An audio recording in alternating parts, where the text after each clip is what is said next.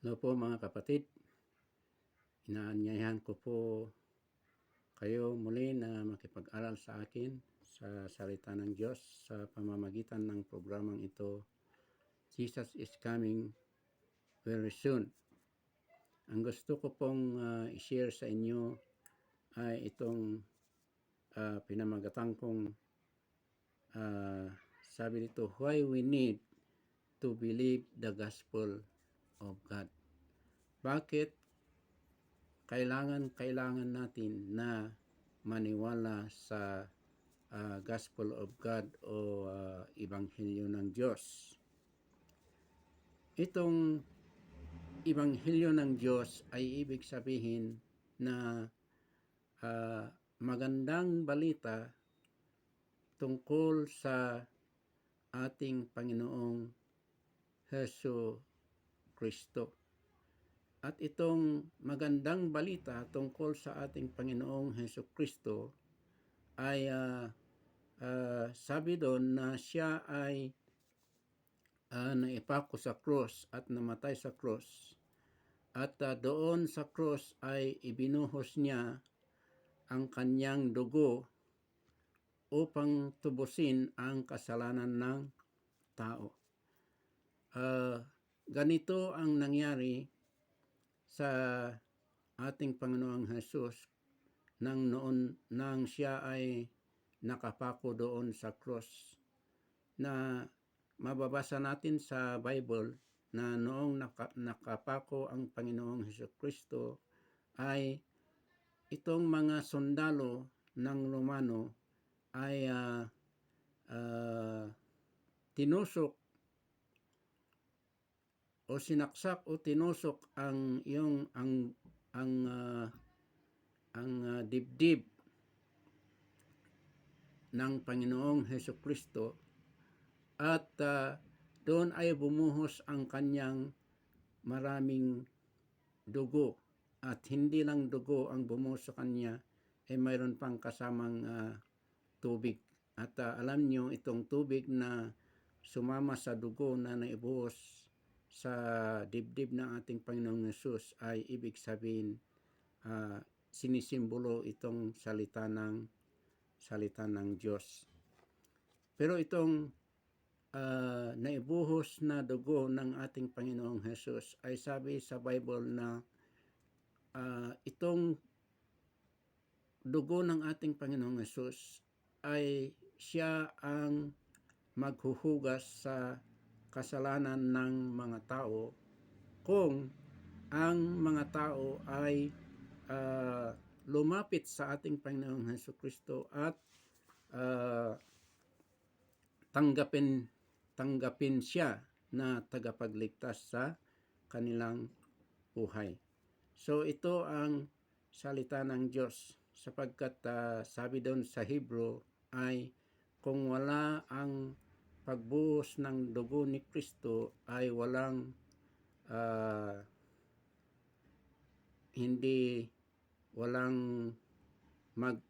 walang makapagtubos sa kasalanan ng tao. Sa English ay sabi doon, without the shedding of the blood of the Lord Jesus Christ, there is no remission of sin. Yun ang ibig sabihin, mas lalo na itong ibig sabihin ng gospel of God.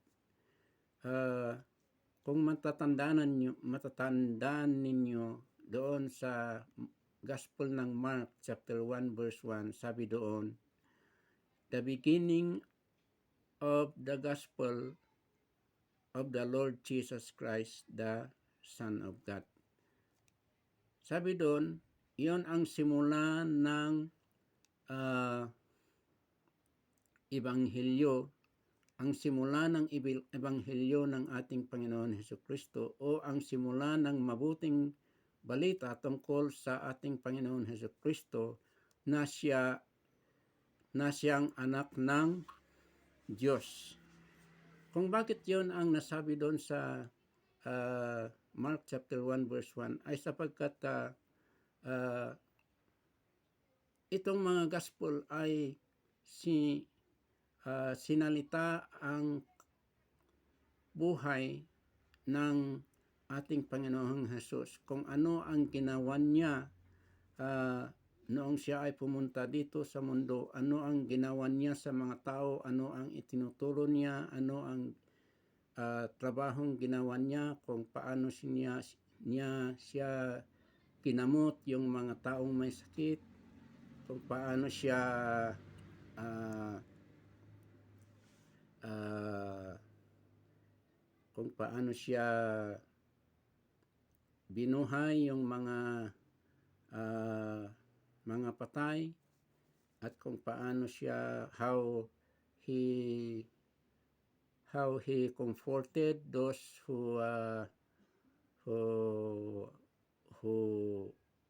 have no hope, at kung paano niyang forgive, or paano niyang itong forgive, pinatawad, kung paano niya pinatawad ang kasalanan ng mga tao. At ito ang mga ginawa ng ating Panginoong Hesus noong nandito siya sa mundo.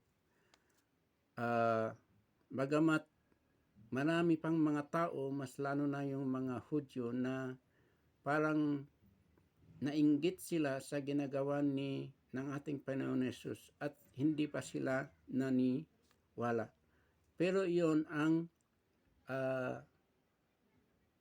mabuting ginawa ng ating Panginoong Hesukristo, at wala siyang hindi mabuti nga ginawa nung siya ay nandito sa mundo. Lahat ng ginawa niya ay para sa ikakabuti ng tao, sapagkat minahal niya ang mga tao. At hanggang doon nung siya ay naipako sa cross, sapagkat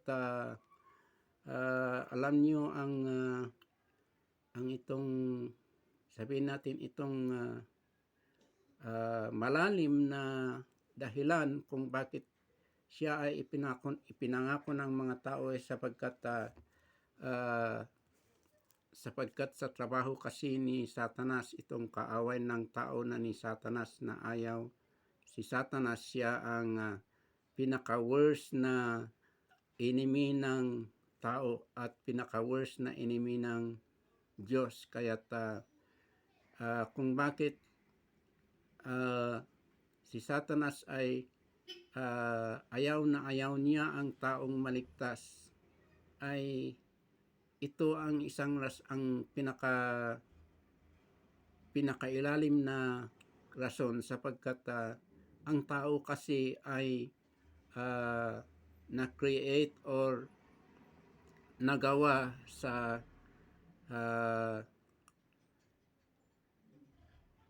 wangis or image ng ating Panginoong Diyos. Kaya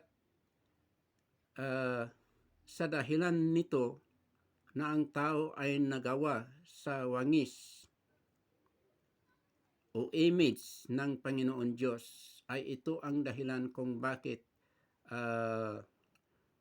kaaway na mortal ng tao si Satanas, sapagkat si Satanas ay kaaway niya ang Diyos, kaya kaaway din ni Satanas ang tao na nagawa sa wangis o sa image ng Diyos. Iyon ang pinaka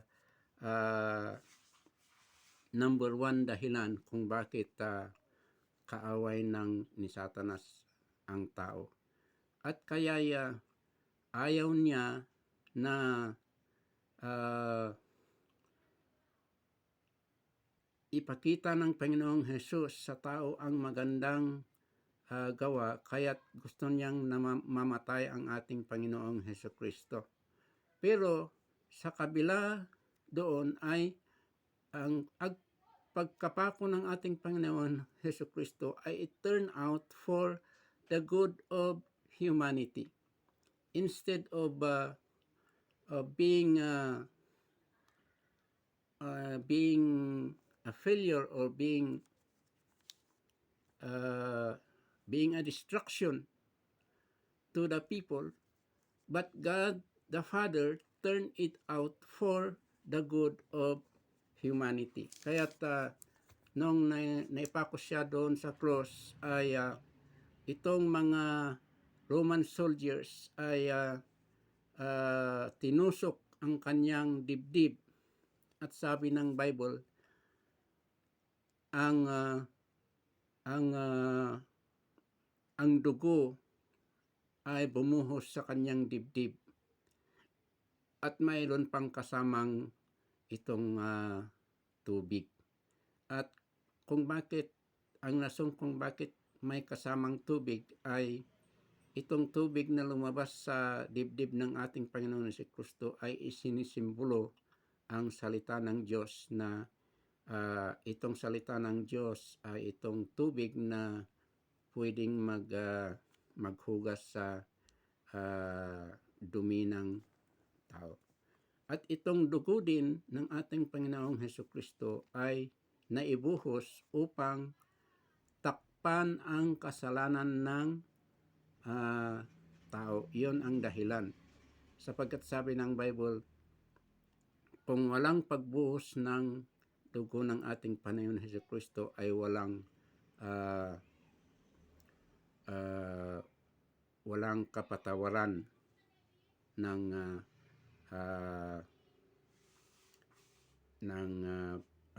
sins ng tao. Without the shedding of blood, there is no remission of sin. Kaya't ito ang ibig sabihin ng sinasabi nating gospel ng Diyos o mabuting salita ng Diyos. At itong mabuting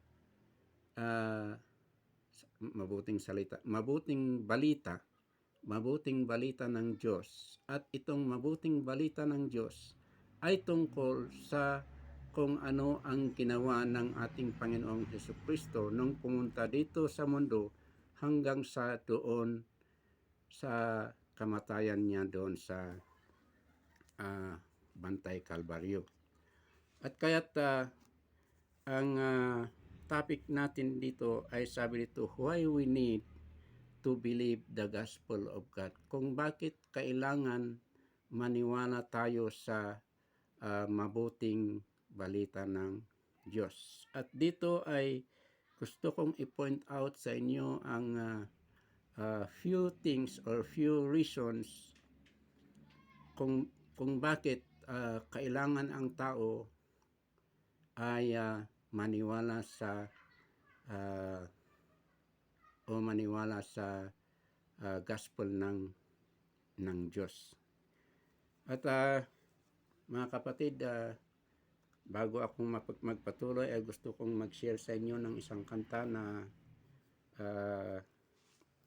related dito sa pinag-aaralan natin. Gusto ko pong gumanda ang boses ko, kaya maski pangit ang boses ko ay gustong-gusto ko pa rin na kumanta. Ang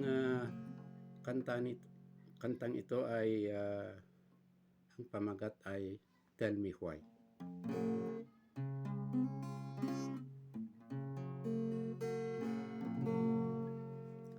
As the Savior was walking on Calvary's hill, all the birds stopped their singing, then Luke stood still, and the flowers on the ground bowed their lonely heads as the Savior on Calvary was slain. Tell me why, dear Jesus died on Calvary. Tell me why did he suffer such agony? For God so loved the world, that He gave His only Son, and that is why Jesus died for you and me. Well, He put nails in His hand, but first His precious Son, and the pain was so great that the tears filled His eyes, yet He spoke not a word till the last breath, and He breathed and said, Father, forgive them, for they know not what they do. Tell me why, you tell me why, dear Jesus died on Calvary. Tell me why did He suffer such agony? For God so loved the world that He gave His only Son, and that is why Jesus died for you and me. For God so loved the world that He gave His only Son, and that is why Jesus died for you and me.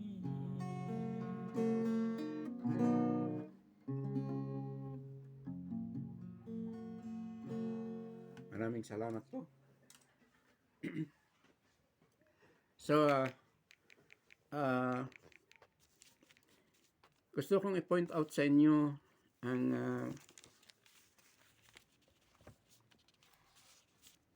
reasons kung bakit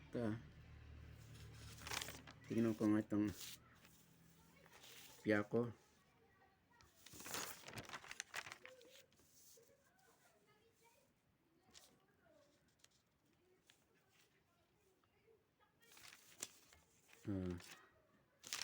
Sandali po.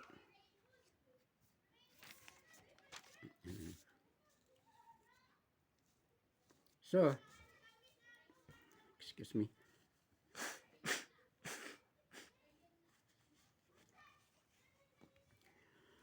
Kung bakit tayong mga tao ay kailangan maniwala tayo sa Ebanghelyo ng Diyos o mabuting balita tungkol sa ating Panginoong Hesukristo, ay may importanteng rason kung bakit gawin natin ang mga yon. Ang first na rason dito ay sabi dito, because may sinulat ako dito sa English, sabi dito, because in Hebrew 9:27 it says, it is appointed unto man once to die, but after this the judgment. Ano po ang ibig sabihin nito? Na sabi dito ano yung appointed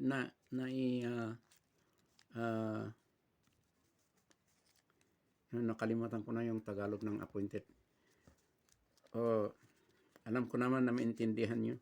It is appointed, na i-appoint sa isang tao na mamatay isang bisis lang na mamatay. At pagkatapos ng pagkamatay ng tao ay sabi dito ay siya ay ma-judge. Siya ay he will be judged. At ang ibig sabihin nito ay pagkatapos ng ikamatay ng isang tao ay wala nang tsansa pa na maibibigay sa atin na tayo ay pwede tayong humingi ng ah, pagkatawad sa Diyos, sapagkat ang ang pagpapatawad ay ah, habang tayo ay nandito sa mundo, ay ito ang chance natin, o ibig kong sabihin, habang tayo ay nasa katawan pa, o itong fleshly body, ay ito ang panahon na tayo ay pwedeng humingi ng patawad sa ating Diyos o sa ating Panginoong Heso Kristo. At kung tayo na ay namatay, ay wala ng tsansa o wala ng opportunity na tayo ay humingi pa ng kapatawaran. Ito ang ibig sabihin nitong verse na ito nga, it is appointed unto man once to die, but after this, the judgment. Isang beses lang namamatay ng tao sapagkat tayo ay we were appointed to die. O anong ibig sabihin yung appointed, naitakda tayo na mamatay sa isang beses lang. Yun ang naitakda sa tao. Kaya't from the beginning of time, simula sa panahon ni Adam at Eva, ay naitakda sa kanila na mamatay ng isang beses. They are appointed to die once. Mamatay sila ng isang beses. At sabi dito, after yung pagkamatay ng tao, judgment na ang hinihintay nila. It is appointed unto man once to die, but after this, the judgment.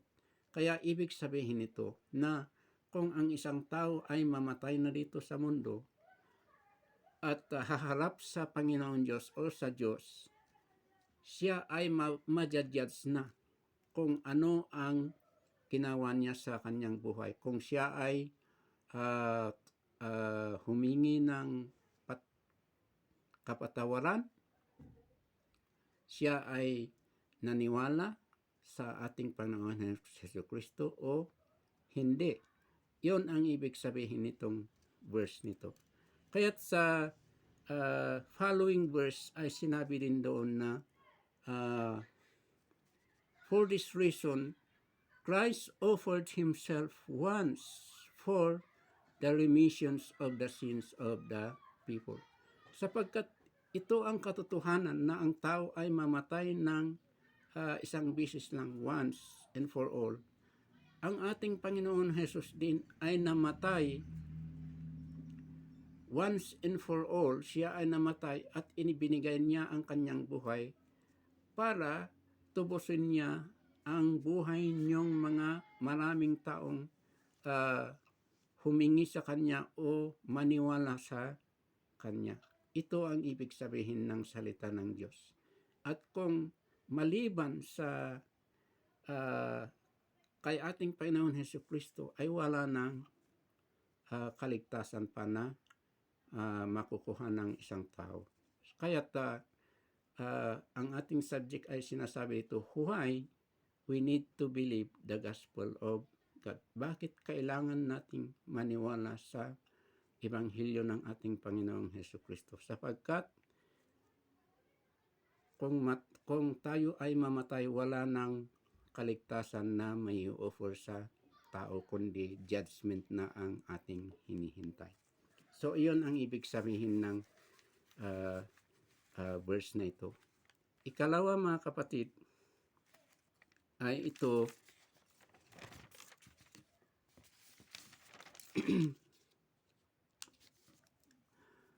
ang ikalawang rason kung bakit kailangan nating maniwala sa Diyos habang tayo ay nabubuhay ay sapagkat doon sa 1 Thessalonians chapter 1 verse 8 ay sabi doon, in flaming fire taking vengeance on them that know not God and that obey not the gospel of our Lord Jesus Christ. Sabi doon, kung babalik ang ating Panginoong Hesukristo ay sa pamamagitan ng gumilgil, ano yon, yung apoy na flaming fire, ay siya ay He will take vengeance on them who do not know God, sabi dito, at hindi naniwala sa Ebanghelyo ng ating Panginoong Hesus Kristo. Ano din ang ibig sabihin nito? Ibig sabihin nito na kung pupunta sa ang ating Panginoong Hesus Kristo dito, lahat ng hindi naniwala sa Diyos at lahat ng hindi naniwala sa ating Panginoon Hesus Kristo, mga tao man na namatay hanggang noon, at ang mga tao man na nabubuhay kung babalik ang ating Panginoon Hesus Kristo, ay siya ay maparusahan. At ano itong parusa nila? Ay ibig sabihin, these people cannot, will not be included in the heavenly inheritance. Hindi sila mabigyan ng buhay na walang hanggan. They will not inherit eternal life. They will not inherit the kingdom of God. But what will happen to them?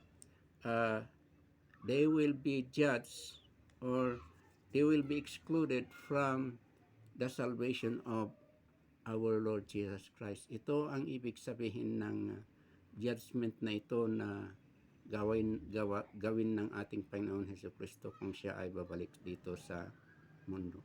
Kaya kung bakit iniiterate ko sa inyo, pinipilit ko at inuulit ko sa inyo na tayong mga tao sa present life natin dito sa mundo ay kailangan tayong maniwala sa sinasabi ng Ebanghelyo ng ating Panginoong Jesucristo, sapagkat pagkatapos ng buhay natin sa mga katawan na ito ay wala nang salvation o chance of salvation na maibibigay sa tao, sapagkat maliwanag nga sa binasa natin, it is appointed unto man once to die, but after this the judgment. So ito ang maliwanag na salita ng Diyos. Kaya't mga kapatid, kung kayo man o mayroon man sa inyo o mayroon man kayong mga kaibigan, mga kamag-anak o mga friend o mga kakilalang tao na hindi naniniwala sa ating Panginoon Jesucristo, ay dapat niyong ipanalangin at dapat niyong warningan sila na kailangan silang maniwala sa ating Panginoon Jesucristo, sapagkat ayun nga, ang judgment ng Diyos ay final na. Ngayon na ang panahon na mayroon pa tayong chance, mayroon pa tayong, ay nabubuhay pa tayo sa sinasabi ng sa salita ng Diyos na dispensation of grace, panahon ng sa Tagalog ang grace, dispensation ng grace ng ating Panginoon Jesucristo, ay chance natin ngayon na maniwala na sa ating Panginoon Jesucristo at tanggapin natin siya sa ating puso na ating tagapagligtas. So mga kapatid, sana ay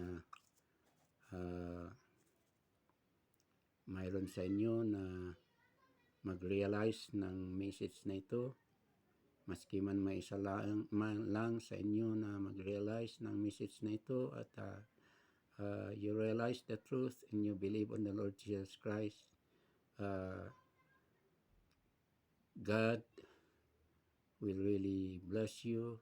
God will really be happy if you give your life to the Lord Jesus Christ, because as the Bible says, The angels in heaven rejoice over one soul that repents, over the 99 souls that need no repentance. So, maski isa ka man kapatid na maniwala sa Panginoong Yesus, ay magagalak ang buong kalangitan para sa inyo. At pinapanalangin ka mga kapatid, at